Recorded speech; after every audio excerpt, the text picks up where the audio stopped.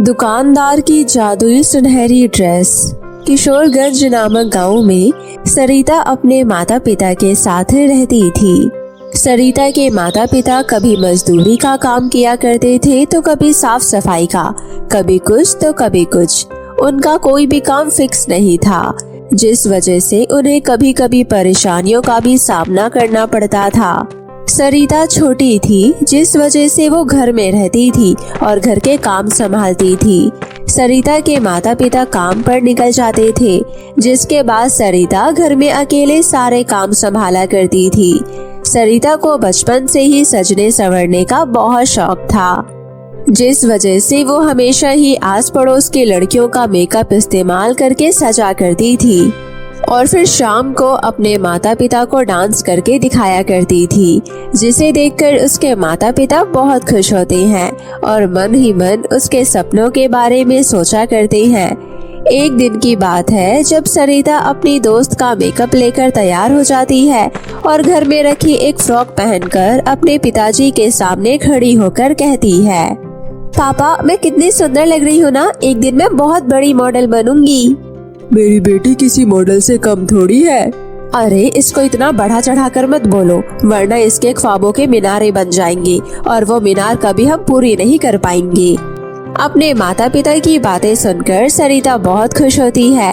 वो हंसते हंसते पूरे घर में नाचती डोलती है। ये सब देखकर उसके माता पिता मन ही मन बहुत खुश होते हैं, लेकिन इस गरीबी में उसके माता पिता जैसे तैसे घर चला रहे होते हैं और ये बात घर के सभी सदस्य जानते थे। सरिता अपने घर की स्थिति को जानती थी, जिस वजह से वो कभी किसी बात की कोई जिद नहीं करती थी। एक दिन की बात है जब सरिता के गांव में अनाउंसमेंट होती है, सुनो सुनो सुनो गाँव वालों, ध्यान से सुनो। हमारे गांव में एक बहुत बड़ा फैंसी ड्रेस कंपटीशन होने वाला है, जिसमें गांव की सभी लड़कियां पार्टिसिपेट कर सकती हैं। उस कंपटीशन में पार्टिसिपेट करने की 100 रुपए फीस है, जो सभी को भरनी पड़ेगी और जो जो इसमें पार्टिसिपेट करेगा उसे मुफ्त की फ्री रिफ्रेशमेंट मिलेगी। 100 रुपए की फीस सिर्फ और सिर्फ फॉर्मेलिटी के लिए है, ताकि इससे ये कंफर्म हो सके कि कंटेस्टेंट सीरियसली परफॉर्म करेंगी। अनाउंसमेंट करने वाले अंकल की बातें सुनकर गांव के सभी बच्चे एक दूसरे से बातें करने लगते हैं। पास में खड़ी सरिता भी ये सारी बातें सुन रही होती है। सरिता भी अपने दोस्तों के साथ उसमें पार्टिसिपेट करने की बातें कर रही होती है। अरे वाह राधा, देख बचपन से मेरा सपना था मॉडल बनने का और आज मेरे पास मॉडल बनने का सपना चलकर खुद आया है। अब मैं इसमें पार्टिसिपेट करने से नहीं डरूंगी, मैं आज ही पिताजी से बात करूंगी। सरिता सोचकर देख, तेरे घर में गरीबी है और तू 100 रुपए मांगेगी, फिर उसके बाद सिर्फ 100 रुपए ही नहीं, तुझे एक अच्छी ड्रेस भी चाहिए होगी और वो भी नहीं, तुझे मेकअप भी चाहिए होगी। चल एक बार को मेकअप मैं दे भी दूं, लेकिन ड्रेस लाना, 100 रुपए देना, फिर ड्रेस के नीचे चप्पल पहनकर तो नहीं जाएगी, अच्छी सैंडल पहनेगी, इन सब का खर्चा तेरे माता पिता दे देंगे। देख राधा, मेरे पास इतना सब कुछ बताने के लिए तो नहीं है। मैं आज शाम को माता पिता से बात करूंगी। मुझे नहीं पता वो क्या बोलेंगे, लेकिन मेरा सपना है, अगर भगवान ने चाहा तो मैं इस कंपटीशन में जीत जाऊंगी। सरिता के नए नक्श फेस कट बहुत सुंदर होता है, जिस वजह से वो गांव में सबसे अच्छी दिखती है, लेकिन गरीबी होने की वजह से उसके पास सुंदर कपड़े नहीं होते, जिस वजह से उसकी सुंदरता निखरकर सबके सामने नहीं आती और इसी वजह से वो अपनी हर इच्छाओं को चुपचाप बांध कर रख लेती है। लेकिन इस बार उसके पास मौका खुद चल कर आया था, जिस वजह से शाम होते ही सरिता अपने माता पिता के आने का इंतजार करती है और जैसे ही उसके माता पिता घर आते हैं, सरिता फटाक से सारी बात बताती है। पिताजी, आप कहते थे ना कि मैं मॉडल हूँ, तो आज इस मॉडल के पास इतना अच्छा और सुनहरा मौका आया है जो बार बार नहीं मिलेगा। क्या आप मुझे 100 रुपए दे देंगे? नहीं बेटा, सिर्फ 100 रुपए तो नहीं, तुझे तो ड्रेस भी चाहिए। इतना पैसा हमारे पास नहीं है कि हम तुझे ये सब खरीदवा सके, ड्रेस भी, सैंडल भी, फिर 100 रुपए भी। बेटा घर की स्थिति देख और फिर बोल। सरिता अपने सपनों को साकार करने के बारे में सोच रही होती है, लेकिन माता पिता की बातें सुनकर वो अपनी गरीबी देखती है और फिर से चुपचाप अपने कमरे में जाकर बैठ जाती है और अपने घर की स्थिति के बारे में सोचती है। ठीक है, अभी तो बहुत समय है, पूरा 1 महीना बाकी है। मैं इस 1 महीने में खुद काम करके ड्रेस और रजिस्ट्रेशन फीस और सैंडल और पॉसिबल हुआ तो मेकअप भी खरीद लूंगी। माता पिता को परेशान करने की जगह मैं खुद ही ये पैसे कमा लूंगी। सरिता अपने कमरे में चुपचाप ये सब बातें सोचते सोचते सो जाती है। थोड़ी देर बाद उसके माता पिता भी सो जाते हैं। अगले दिन सुबह सुबह उसके माता पिता मजदूरी के लिए निकल जाते हैं। हर बार की तरह इस बार भी काम का कुछ पता नहीं होता। जो भी काम मिल जाता वो कर लेते। तभी उन्हें एक नेता बुलाता है। अरे ओ सरिता की माँ, जरा इधर आओ। सुना है तुम लोग कहीं पर लगकर काम नहीं करते, इसलिए मैं तुम्हें अपने गार्डन में माली का काम देना चाहता हूँ। तुम दोनों मिलकर मेरे इस गार्डन को हमेशा ही इस तरीके से बरकरार रखना जैसे ये अभी चमक रहा है। मुझे हमेशा ही इसमें अच्छे और नए फूल दिखने चाहिए, कभी भी इसमें फूल मुरझाने नहीं चाहिए, क्योंकि तुम्हें तो पता है ना, नेतानी को ये सब बहुत पसंद है और मैं नेतानी को खुश रखना चाहता हूँ। जी नेताजी, मैं समझ गई। आप हमें अपने यहाँ पर स्थायी काम देना चाहते हैं और बदले में हमें इस गार्डन को सुगंधित और खिला कर रखना होगा।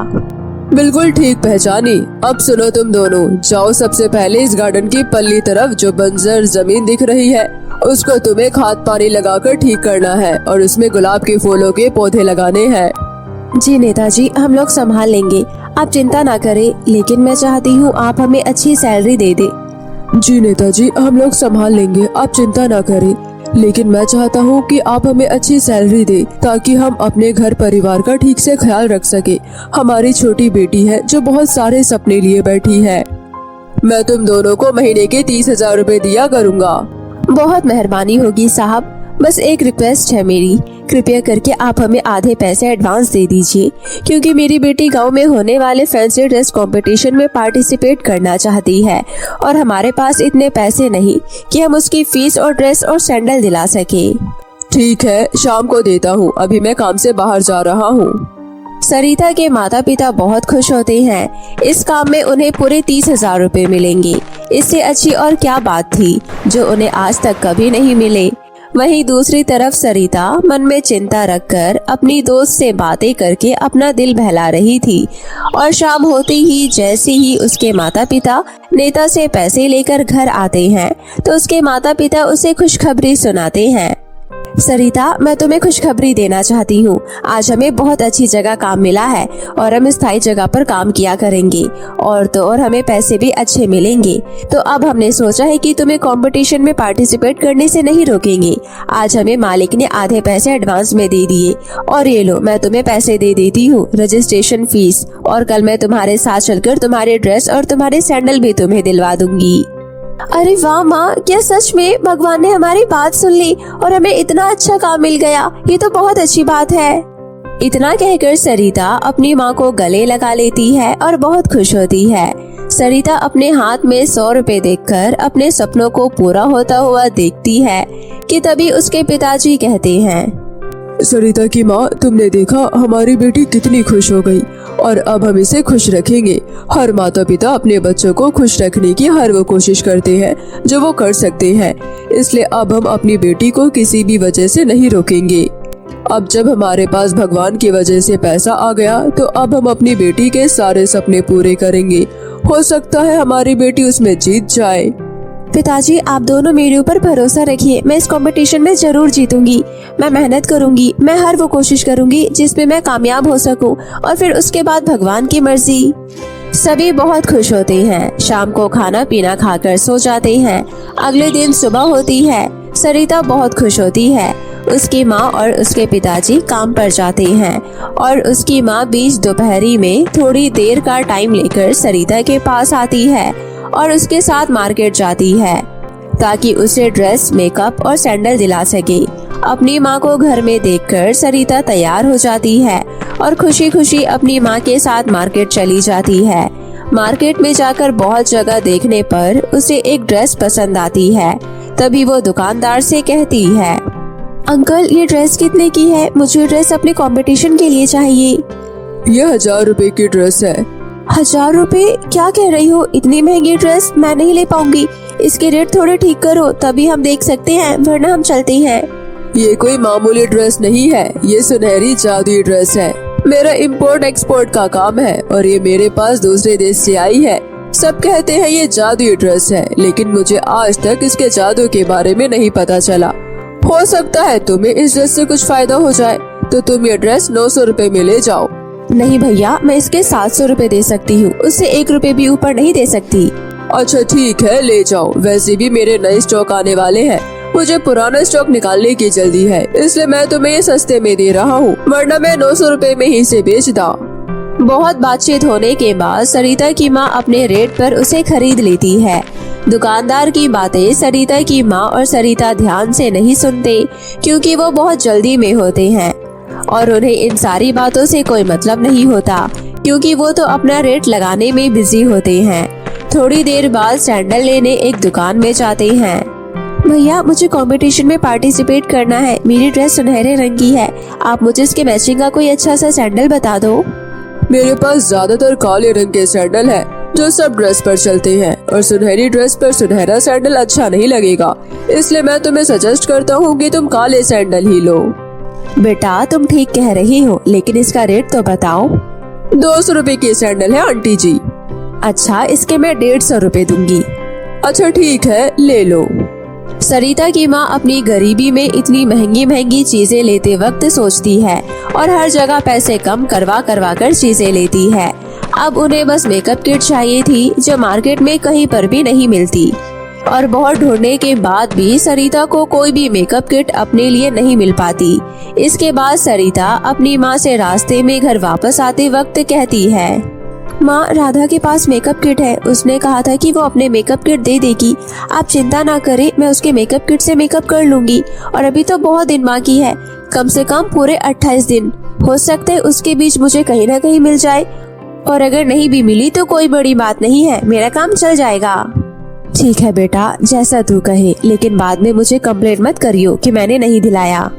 ठीक है माँ। सरिता और उसकी माँ घर पहुँचते हैं और घर पहुँचकर थोड़ा बहुत कुछ खाते हैं। सरिता की माँ काम पर वापस पहुँच जाती है। सरिता घर में अकेली होती है और वो उस ड्रेस को पहनकर और सैंडल को पहनकर शीशे के सामने खड़ी होती है और अपने आप को देखकर कहती है, माँ ने नाना करते करते मुझे इतनी महंगी महंगी चीजें दिलवा दी। मैं बहुत खुश हूँ, लेकिन मेरी वजह से घर में बहुत ज्यादा खर्चा हो गया, और ये खर्चा ज्यादा काम का भी नहीं। लेकिन मैंने अपने लिए जिद करी और माता पिता मान गए। मैं इस ड्रेस को पहनकर सुंदर दिख रही हूँ, सैंडल भी अच्छी लग रही है, लेकिन अब मेरे चेहरे पर जब तक मेकअप नहीं लगेगा तब तक मैं कंप्लीट लुक में कैसे आऊंगी। पूरा मार्केट ढूंढने के बावजूद मुझे मेकअप किट नहीं मिली। काश मेकअप किट भी मिल जाती तो सारा सामान पूरा हो जाता। जैसे ही सरिता मेकअप किट की बात बोलती है, तभी जादुई सुनहरी ड्रेस में से एक मेकअप किट बाहर आ जाती है और ये देखकर सरिता हैरान हो जाती है। हे भगवान, ये जादुई सुनहरी ड्रेस सच में जादुई है क्या? अभी तो यहाँ पर कोई भी मेकअप किट नहीं रखी थी, लेकिन जैसे ही मैंने कहा तो मेकअप किट आ गई। ऐसा कैसे हो गया? सरिता सोच में पड़ जाती है कि तभी जादुई सुनहरी ड्रेस में से आवाज आती है, तुम्हें घबराने की जरूरत नहीं है। दुकानदार बिल्कुल ठीक कह रहा था कि मैं जादुई ड्रेस हूँ और तुम्हारी किस्मत में यही लिखा था कि तुम ये ड्रेस पहनो, इसलिए तुमने मुझे पसंद किया और तुम मुझे अपने घर ले आई। जादुई ड्रेस भी होती है क्या? मैंने पहली बार किसी ड्रेस को बोलते हुए देखा है, और अगर आप बोल सकती हो तो आप मुझे एक बात बताओ, क्या मैं ये कंपटीशन जीत जाऊंगी? तुम्हें किसी बात की कोई चिंता करने की जरूरत नहीं है। अब जब मैं तुम्हारे पास आ ही गई हूँ तो मैं तुम्हारी हर चिंता का सॉल्यूशन तुम्हें दे दूंगी। तुम्हें मेकअप अपनी दोस्त से मांगने की जरूरत नहीं है, मैं तुम्हारा मेकअप खुद कर दूंगी और तुम सब में से बहुत सुंदर दिखोगी। अब बस तुम्हें करना है तो तुम अपनी कंपटीशन की तैयारी करो। कैसे चलना है, कैसे बात करनी है, बाकी सब मुझ पर छोड़ दो। सरिता अपनी जादुई ड्रेस से बहुत खुश होती है और शाम होते ही उसके माता पिता जब घर आते हैं तो वो जादुई ड्रेस के बारे में सब कुछ बताती है। तभी सरिता जादुई ड्रेस से कहती है, जादुई ड्रेस, मेरे माता पिता को आज बहुत अच्छा और स्वादिष्ट खाना खिला दो। सरिता के इतना कहते ही जादुई सुनहरी ड्रेस में से तरह तरह के स्वादिष्ट खाने बाहर आते हैं और ये सब देखकर सरिता और सरिता के माता पिता बहुत खुश होते हैं, जो अपनी गरीबी के दिनों को याद करते हैं जब वो खाली पेट भी सोया करते थे। और ये सब देखकर उसके माता पिता बहुत खुश होते हैं और सामने रखे खाने के सामने हाथ जोड़कर भगवान को याद करती हैं और खाना शुरू करती हैं। ये सब देखकर सरिता बहुत खुश होती है। सरिता के माता पिता खाना पीना खाकर सो जाते हैं और रोजाना की तरह अगले दिन सुबह होती है और वो लोग काम पर निकल जाते हैं। सरिता घर में अकेले अपने चलने उठने बैठने की प्रैक्टिस करती है और शीशे में अपने आप को देखकर एक अच्छा कॉन्फिडेंट लाती है और कुछ अच्छी लाइनें तैयार करती है। ऐसे ही दिन बीतते हैं। सरिता अपनी तैयारी में लगी होती है। वहीं दूसरी तरफ गांव में बाकी लड़कियां भी तैयारी कर रही होती है। धीरे धीरे वक्त बीतता है और वो दिन आ जाता है जब गांव में कंपटीशन होता है। सभी गांव की लड़कियां तैयार होकर कंपटीशन में पहुंचती है। सभी एक से बढ़कर एक दिख रही होती है। तभी उनके बीच सरिता भी तैयार होकर अपने घर से निकल रही होती है कि तभी वो अपनी माँ से पूछती है, माँ मैं ठीक तो लग रही हूँ ना? कहीं कोई कमी तो नहीं है? बताओ। जादुई सुनहरी ड्रेस ने इतना अच्छा मेकअप किया है, तुम्हें इतने अच्छे से तैयार किया है कि कोई कमी नहीं दिख रही और तुम ठीक नहीं बल्कि बहुत अच्छी लग रही हो। अब बस हम दोनों का आशीर्वाद तुम्हारे साथ है। तुम्हें अच्छे से परफॉर्म करना है और अपनी पूरी कोशिश करनी है कि तुम जीत कर आओ। जी माँ, भगवान ने चाहा तो आज मैं जीत कर ही वापस लौटूंगी। सरिता खुशी खुशी घर से कंपटीशन के लिए निकल जाती है और वहाँ पहुंचकर सभी लड़कियों को देखती है। सभी लड़कियां बहुत सुंदर दिख रही होती है। सरिता उन समय बहुत प्यारी दिख रही होती है। जादुई सुनहरी ड्रेस पहनकर सरिता बहुत खुश होती है। जादुई ड्रेस सरिता के कानों में कहती है, चिंता मत करो, तुम ही जीतोगी। बस तुम्हें कॉन्फिडेंट से सारे क्वेश्चन के आंसर देने हैं और अच्छे से चलना है, अच्छे से बैठना है और तुमने इतनी प्रैक्टिस करी है तो मुझे यकीन है तुम जीत जाओगी। सरिता बाकी लड़कियों की तरह अपनी रजिस्ट्रेशन फीस दे देती है और अपना रजिस्ट्रेशन करवा लेती है। सभी लड़कियां बहुत खुश होती है। सभी लाइन में खड़ी होती है और स्टेज पर एक साथ वॉक करती है। फिर एक एक करके सभी लड़कियां अपना इंट्रोडक्शन देती है। सभी लड़कियां अपने वॉक के साथ अपना कॉन्फिडेंस दिखाती है और अपने टैलेंट को दिखाती है। सबके बीच में सरिता भी अपना टैलेंट दिखाती है और सरिता की सुंदरता, उसका फेस कट लोगों को बहुत पसंद आता है। सब में कॉन्फिडेंट और सुंदर दिख रही लड़की सरिता होती है और पूरी परफॉर्मेंस होने के बाद रिजल्ट अनाउंस होता है और पता चलता है कि सरिता जीत जाती है। सरिता अपनी जीत की खुशी में बहुत खुश होती है और अपने साथ की सभी लड़कियों को गले लगा लेती है। सरिता खुश होकर घर वापस आ रही होती है कि तभी उसे कंपनी की साइड से कंपनी ज्वाइन करने का ऑफर मिलता है। सरिता उस ऑफर के बारे में घर पहुंचकर अपने माता पिता को बताती है और अपनी जीत का जश्न मनाती है। जादुई ड्रेस भी बहुत खुश होती है और सरिता उस जादुई ड्रेस को संभाल कर वापस से रख देती है। सरिता के माता पिता बहुत खुश होते हैं और उसे कंपनी ज्वाइन करने के लिए कह देते हैं, जिसके बाद सरिता कंपनी ज्वाइन कर लेती है और हंसी खुशी उस कंपनी में खूब पैसा कमाती है। दूसरी तरफ घर में रखी जादुई ड्रेस सरिता की माँ की मदद करती है और सारे काम करवाती है। साथ ही साथ सरिता के माता पिता अब मजदूरी का काम छोड़कर घर में आराम से रहते हैं और जादुई ड्रेस की मदद से अपने हर काम घर बैठे ही कर लेते हैं। धीरे धीरे सरिता के पास बहुत सारा पैसा हो जाता है। सरिता अपना छोटा सा घर एक बड़े घर में बदल देती है। सरिता की मेहनत लगन सरिता को कामयाब बनाती है। बहुत समय पहले की बात है।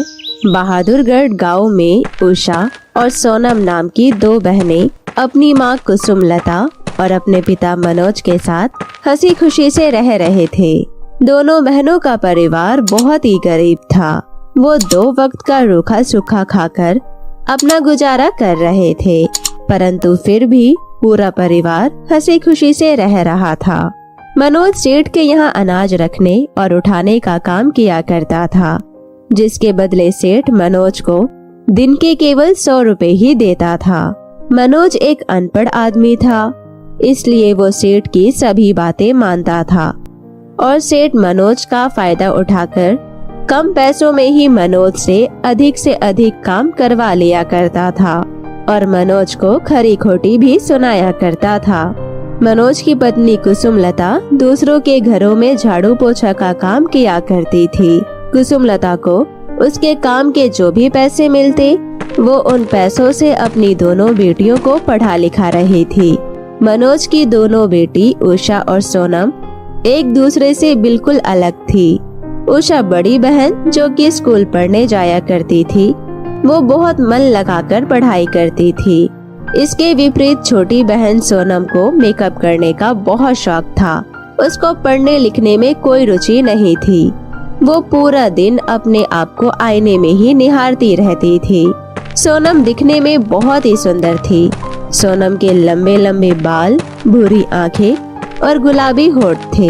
एक दिन सुबह मनोज अपने काम पर जाता है। मनोज को पहुंचने में जरा देरी हो जाती है, इसलिए सेठ मनोज को बहुत खरी खोटी सुनाता है।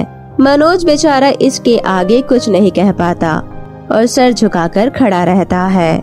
मनोज, तू आज भी काम पर लेट आया है। मैं तुझे कितनी बार कहा है कि समय पर आ जाया कर, परंतु तेरे कानों पर जू तक नहीं रेंगता। इस बार मैं तेरी पगार में से पैसे ही काट लूंगा, तब तुझे समझ आएगा। सेठ जी, मुझे माफ कर दीजिए। मैं अपनी गलतियों की माफी मांगता हूँ। अब आगे से कभी भी लेट नहीं होऊंगा। अपनी पत्नी की गलती की वजह से आज जरा सा लेट हो गया था।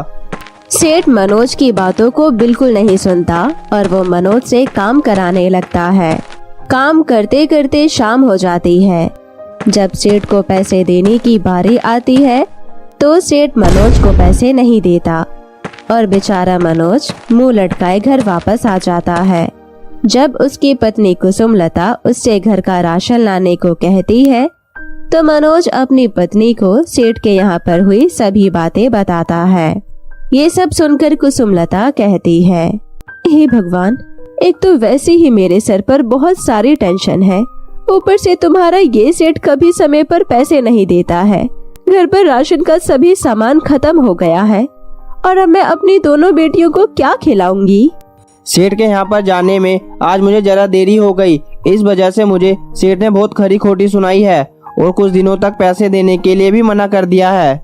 ये सब बोलकर मनोज बहुत उदास हो जाता है और उस दिन पूरा परिवार भूखे पेट ही सो जाता है। अगली सुबह मनोज उठकर अपने काम पर चला जाता है और यहाँ कुसुमलता दूसरों के घरों में झाड़ू पोछा करने के लिए निकल जाती है। दोनों बहनें घर पर अकेली होती है। स्कूल की छुट्टी होती है तो दोनों बहनें एक दूसरे से बातें कर रही होती है। सोनम, आज तुम बहुत बोर हो रही हो। तुम्हारा मेकअप का सामान खत्म हो गया है क्या, जो तुम खाली बैठे बैठे अपने आप को शीशे में निहार रही हो?